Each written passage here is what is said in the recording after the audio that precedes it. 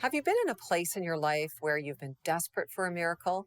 I'm sure we all have. If we're honest, we usually become desperate for a miracle because we've run out of our own resources.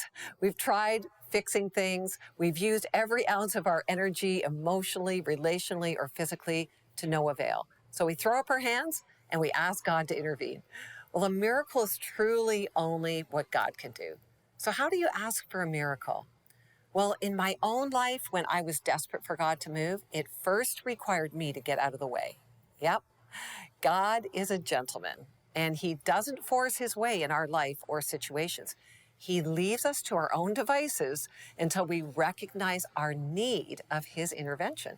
So, are you in the way of God doing a miracle? Are you still trying to fix things on your own for yourself or someone you love? Stop it. Surrender whatever it is to God and take a step back. I believe it's an act of faith to let go and trust God. Hebrews 11:6 says it this way, and without faith, it is impossible to please God. See, God loves and responds to faith. So if the first thing to do is to get out of the way, the second thing is to believe that God is able to do a miracle. Often we don't really believe it. To believe something to be true is to put our confidence in it. That's called faith. Faith is believing God is who he says he is and he can do what he says he can do. You don't need a lot of faith, but you do need to put what little faith you have in a God that is able.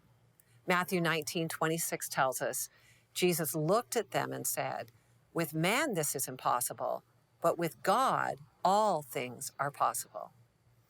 I was with friends recently and we were reflecting over the many years we have prayed together, believing God for our families, our jobs, our health, the list goes on. We all truly marveled at what God has done in our lives. We couldn't even count the number of miracles over the years. See, the lesson here is that God is not only able, he's willing. The question is, are you ready for a miracle?